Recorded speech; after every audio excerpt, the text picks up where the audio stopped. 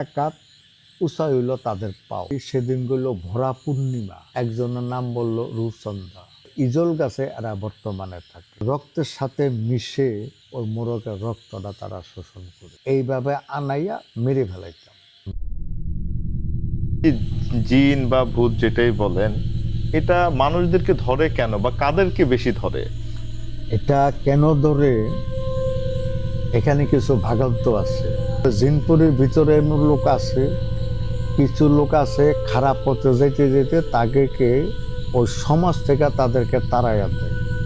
ওরা বিভিন্ন এলাকায় এই বাতাসের সাহায্যে ওরা ঘুরে বেড়ায়। ঘুরে বেড়াইলে ওরা তো এমনি খারাপ মানুষ, এরই মানে আক্রমণটা বেশিরভাগ করে মানুষ। পরি যারা, তার হইল পুরুষের সাথে আকর্ষণ, পরি হইল মেয়ে, আর জিন হইল ছেলে। জিনে ধরে আপনার গা মহিলা গো, আর পরিতে ধরে হইল পুরুষ গো। যেমন আজকে থেকে প্রায় 10-12 বছর আগে আমাদের এই চক্রের ভিতরে আমাদের বাড়িঘর কবরস্থানে পশ্চিম পাশে আমার 4টা শ্যালো মেশিন আছে, ইরিগেটে পানি দিয়ে। তা আমার একজন মাসকাবারির ড্রাইভার ছিল, আমি নিজেও মেশিন চালাই। এবং এই চকটার ভিতরে এই সাইজের হঠাৎ করে 2টা মেয়ে আমি দেখতেছি। এই কান হমান হইল চুলগুলা, আর এইভাবে একটা ব্যান্ড করা চুলের মধ্যে, আর এই হাতের মধ্যে আগের দিনের আমল মাছ আসিরা আলতা দিত না, এই পার মধ্যে লুঙ্গের টিভি দিয়া এইভাবে দিয়ে আলতা দিত। ওইভাবে দেওয়া হঠাৎ করে দেখি আমার সামনে মেয়ে দুটো। তখনই আমি মনে করলাম যে মেয়ে দুটো এখানে কে, ধরুন আমি এক সমান। তখন দিনের বাজে 12টা, দিনের বেলার ঘটনা। দিনের 12টা বাজে। যে জায়গাটা, ওই জায়গাটা আবার একটা আমাদের এলাকা বলে ভিটা। ভিটা হলো কেমন, যেমন ইরিঘাট বানাইছে, কোনো জায়গা মাটি উষা মাইডা কাইটটা ওখানে একটা মানে ট্যাকের মতন করছে। আমাদের বাসায় বলি ওইটার একটা ভিটা। তো ওই ভিটাটার কিন্নার দোকানে মেলা করছে। ভিটার পাশে আমার এক জমি, ক্ষেতের মধ্যে পানি ছাড়ছি। তা পানিটা ক্ষেতের হইল কিনা আমি 4 বাতর ঘুরা দেখতেছি।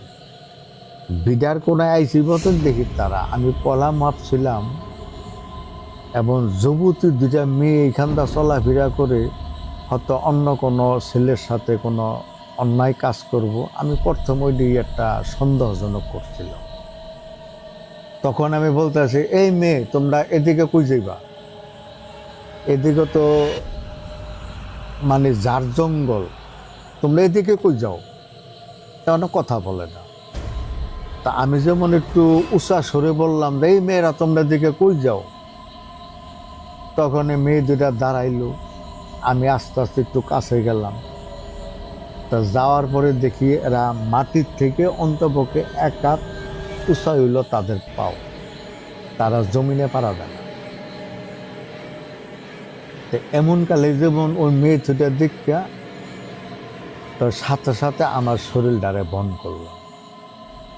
আমার শরীরটারে বন করে ওই মেয়ে 2টা আমার থেকে হয়তো মনে হয় 20 গজ আমার সামনে হইব। তো কথাবার্তা বলতেছে, তোমরা এখানে কেন, কি আসে বসে, তোমাদের বাড়ি কই, ঘর কি?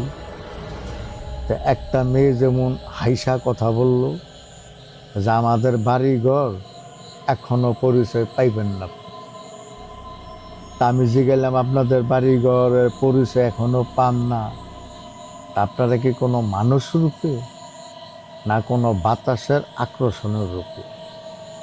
তখন আরেকজন উত্তর দিল যে আমরা কোনো মানুষ রূপে না, বাতাসের আকর্ষণের রূপে এখনো বর্তমানে আমি মানুষ বেশে আছি। তা আমি জিজ্ঞাসা করলাম, আপনাদের সাথে আমার কিছু কথাবার্তার প্রয়োজন ছিল। তখন আমাকে বলল যে আমার সাথে কথা বলতে হইলে কথা তো এখনো বলতে পারবেন। কবে বলুন? অমুক দিন আপনি কথা বলতে পারবেন এবং রাত্রে 9টার পরে কোন জায়গায় একটা জায়গার ঠিকানা দিল, মানে আমাদের চোখের মাঝে যে জায়গার ঠিকানা দিল সাইডে একটা পুষ্করণী, পুষ্করণীর পারে মানে 4টা রাস্তার একটা মোড় আছে, জমিনে রেখে 4টা রাস্তার মোড়ে ওই জায়গার ঠিকানা দিল। আমি বলি, ঠিক আছে, আমি সেখানে আসবো, আপনারা আসবেন তো? আসবো। এলা পরে আমি হিসাব কিতাব কইরা দেখি সেদিনগুলো ভরা পূর্ণিমা, পূর্ণিমা রাত্র। যে জায়গার ঠিকানা ওখানে থেকে হয়তো 850 কি 900 ফুট হবে, এতটুকু দুরন্ততে আমার একটা বেশি। আমি চিন্তা করলাম এমন তো আমার মেশিন চালাইতে হয়, এখানে থাকতে হয়, এখান থেকে হয়তো 900 গজ দূরে হইব, তো ঠিক আছে যাই। দোকানের ঠিক সময় মতন আমি গিয়ে ওখানে হাজির হয়েছি। তার কতক্ষণ পরে আসলো, তা আমার শৈল আমি বন করে বসছি যাতে আমার কোনো ক্ষতি করতে না পারে। তা আসার পরে তারা বসলো, কথাবার্তা জিজ্ঞাসা করলাম, তোমাদের কি নাম? আমি তোমাদেরকে কি বইলা ডাকবো? কি বোনের হিসাবে ডাকবো, না কোনো খালা বলবো, না মার মা বলবো, না কি বলবো? তখন বললো যে না, আপনি বোনের রূপে দেখেন। তো বোনের রূপে দেখলে আপনাদের নাম কি? একজনের নাম বলল সুচন্দা, একজনের নাম বলল রূপচন্দা, দুজনের নাম দুইটা। তাহলে আপনাদের পরিমহল থেকে আপনারা এই জমিনের নাম আসলেন কারণটা কি? তখন বললো যে দেখেন, অর্থাৎ আমাদের সমাজ থেকে তাড়াইয়া দিছে। সমাজ থেকে তাড়াইছে যে কতদিন? 3 বছর ধরে আমরা সমাজ ছাড়া, গ্রাম ছাড়া, বাবা মা ছাড়া। কেন? তা বাবা মা ছাড়া, গ্রাম ছাড়া, সমাজ ছাড়া যেই ব্যক্তিরা হয়, তাহলে তো ওই ব্যক্তিরা তাদের ব্যক্তিগত মনে হয় ভালো থাকে না, খারাপ আছে দেখে আপনাদের তাড়াইয়া দিছে। এবং আমাদের মানুষের ভিতরে যদি ওই ধরনের কোনো আচরণ হয়, তাহলে বাবা মা হয়তো মনের দুঃখ করে কি করে তাকে আমি দূরে সরাইয়া দিলাম। আপনাদের পরিস্থিতি কেন হইল? তো মোটামুটি আমার সাথে বেশ কিছু কথাবার্তা বলছে। তো এখন আপনারা এখানে থান কোথায় লইছেন? আমাদের এই গ্রামের পিছু গ্রাম নাম হইল বাসাইলবুক। ওই বাসাইলবুকের একটা ইজল গাছে এরা বর্তমানে থাকে। আচ্ছা, তো বর্তমানে থাকে এখানে, আপনারা থাকেন, তো এইভাবে ঘোরাফেরা কতকাল করবেন? তা আপনাদের সমাজ থেকে যদি একবার বাইর কইরা দেয়, তা ওই লোক সমাজে আর উঠতে পারবেন না, ওই সমাজে আমাদেরকে আন নিবে না। তা আন নিবে না, তাহলে আপনারা এইভাবে ঘুরতেছেন, তাহলে আপনারা এই আদম জাতের উপরে কি কোনো অত্যাচার করেন? তখন বললো যে হ্যাঁ, আদম জাত থেকে আমরা সময় মতো সুযোগ পেয়ে গেলে তাদেরকে অত্যাচার করি। অত্যাচার কেমন অত্যাচার করেন? দেখা গেল কিছু কিছু পুরুষের সাথে তারা মানে এমন তার রক্তের সাথে মিশার পরে বেশ কিছুদিন রক্তের সাথে তিনি ডুব দিয়া থাকবে। তারপরে আস্তে আস্তে তার আদর্শ চলাফেরা একটু ব্যতিক্রম মতন হয়ে যায়। তখন ওই বাবা মা ভাই বোনদের কি বলে যে ছেলেটা কতদিন ধরে ঠিক প্রথম কথা বলে না, থম ধরে থাকে, খানা পিনা তেরমভাবে খায় না, আমার ছেলে জানে কি হয়েছে। হয়তো ডাক্তারের কাছে লইয়া যায়, ডাক্তারি ওষুধ পানি কিছু খায়, ছেলে সুস্থ মতন আসে না। তারপরে দেখা গেল কবিরাজ ফকির তাদের কাছে নেই, হেয়ার পরে গিয়া ওখানে গিয়া দরাটা খায়। দরাটা খাইলে তখনও তো আপনাদের চলে যেতে হবে। তাহলে এই মানুষের কেন আপনারা ভোগান্তির করেন? তখন ওই জোর ভোগান দিতে গেলে হয়তো দেখা গেল কোনো টাইমে যে একটা মোরগ জবাই করিয়া ওই মোরগ তার মাংসটা তারা খায় না, ওই মোরগের রক্তটা তারা শোষণ করে। এবং মিষ্টি ফল দিলে তারা তো আর মিষ্টি খায় না, ওই মিষ্টি ফলটার ভিতরে তারা একটা শোষণ করে দৃষ্টিটা করে, ওইটাই তাদের খাওয়া হয়। তো এইভাবে বললাম ঠিক আছে, তাহলে আপনাদের কাছে আমার অনুরোধ, এই যে চকটার ভিতরে আমার 4টা মেশিন চলে, তাহলে যে আমার লোকজন গেলে আসে এদের উপরে কখনো আপনারা কোনো আচরণ করতে পারবেন না। আর আমার 4টা সেলো মেশিন চকে থাকে, এই মেশিন কটা পাহারা দিয়ে রাখতে হবে।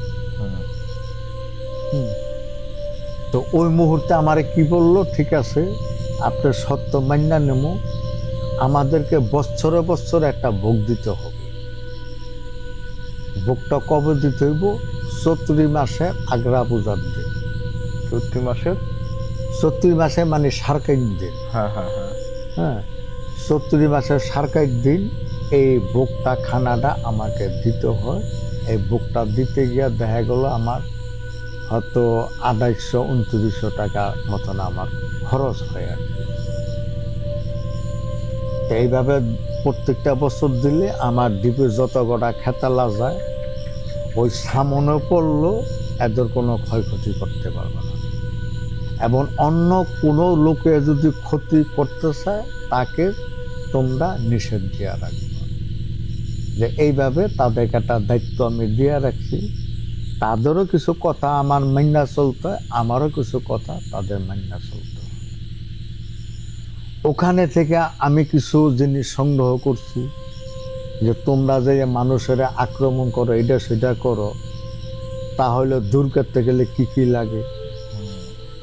তো ওদের থেকে যেমন কিছু আমি আবার একটু অর্জন করতে, যে শিক্ষা পাইছি। এই হইলো বাবা যে আমার জীবনের কাহিনী। আচ্ছা আচ্ছা, যে ঘটনাটা এখন বললেন, ওনারা কি এখনো কি আছে, না ওনাদের সাথে সম্পর্ক শেষ হয়েছে? এই ব্যাপারটা যদি না, ওনাদের সাথে সম্পর্ক আমার এখনো আছে, সম্পর্ক শেষ হয় নাই। তো এর মধ্যে আর একটু কথা রয়ে গেল। আমার ড্রাইভার মেশিন চালাইতো, আর আমাদের পাশের গ্রামের একজনে মেশিন চালাইতো, আর আমার ড্রাইভারের বাড়ি আর ওই লোকের বাড়ি হলো পাশাপাশি বাড়ি। তারা চকে থাকে, পানি গাজির নেয়। তো ওদিনকে আমি গেছিলাম শ্রীনগর বাজারে, দুপুরবেলা বাড়িতে আইসা আমি খালি জামার খালি একটা খুলছি, জামাটা খোলার জন্য। তো হঠাৎ করে আমার মেশিনের দিকে তাকাই দেখি যে মেশিন কটা চলতেছে। তো এমন কালে দেখলাম যে আমার ড্রাইভার দুইটায় মানে ঠেল্লা হেদিকেটা যেতেছে। তো ব্যাপারটা কি? তো অমন টাইমে যেমন আমি একটু ওদিকে একটু খেয়াল রেখে ওদিকে রাখলাম। রাখার পরও দেখলাম যে না, শয়তানে লাগুর বয়ে গেছে। তা আমার ওয়াইফকে বললাম কি, মানে আমি একটু চিল্লানটা বড় ভাবি দিয়ে তাড়াতাড়ি আমার সেই জিনিসটা বাইর করে দেব। এতুর একটা গামছা আছে, লাল একটা গামছা, তাড়াতাড়ি আমার এই গামছাটা বাইর করে দেব। ওই গামছাটা আমার গলার মধ্যে পেঁচ দিয়া আমি বাড়ির থেকে তাড়াতাড়ি দৌড় দিলাম।